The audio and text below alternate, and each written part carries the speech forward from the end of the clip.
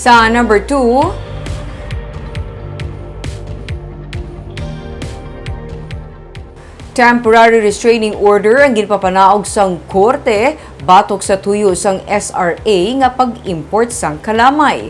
May report si Nico Delfin. TRO decision is not only on its way in Manila. Ginserbe na ang temporary restraining order nga ginhinyo sang United Sugar Producers Federation sa Branch 73 sang Regional Trial Court sa Sagay City batok sa Sugar Order Number 3 nga gin-issue sang Sugar Regulatory Administration may angot sa pag-import sang 200,000 metric tons sang kalamay. That such an order would lead to depressed sugar prices. Magalawig sa 20 days ang TRO kag sa Pebrero 24 natala na ang hearing sa tunga sang UniFed kag SRA. Ginalauman sa mga opisyales ng UniFed nga mapungga ng sugar importation agud mapangapinan ang sugar industry. People should know ang possible repercussion of an ill-timed and ill-planned issuance of a sugar order. Nagapating grupo nga kon matigayan ng sugar importation, maapektuhan ang malapit 90% sa mga agrarian beneficiaries nga sugar planters, ilabi na karon nga halos triple na ang ginsaka sa presyo sang abono kag masobra na sa 10 ka pesos ang ginsaka sa presyo sang produkto petrolyo humalin sang nagligad nga bulan. From 1948, if I'm not mistaken, down to 1835 in a matter of 2 biddings. So 200 plus pesos. Sakit na.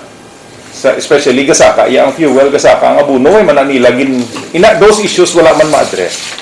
Ang sugar importation ang gindiyon sang SRA sa tuyo nga mapahagan-hagan ang pagsaka sang presyo sang kalamay, epekto man sang pagsaka sang presyo sang abono. Ginklaro naman sang grupo nga wala nila ginabalabagan ang pag-import sang kalamay pero hindi ining eksakto nga tion para mag-import sang kalamay nga ang ginpili nga end user amo lamang ang mga industrial users kasubong sa mga bottling company. Amo lang kay limit good because you see like why are they protecting the industrial users when these industrial users are making profits in the billions? Si Anay Provincial Board Member Gary Acuña nagpahayag man nga handa siya mag-upod sa liwat nga pag-boycott sang isa ka bottling company kung matigayon ang pag-import sang kalamay. We should because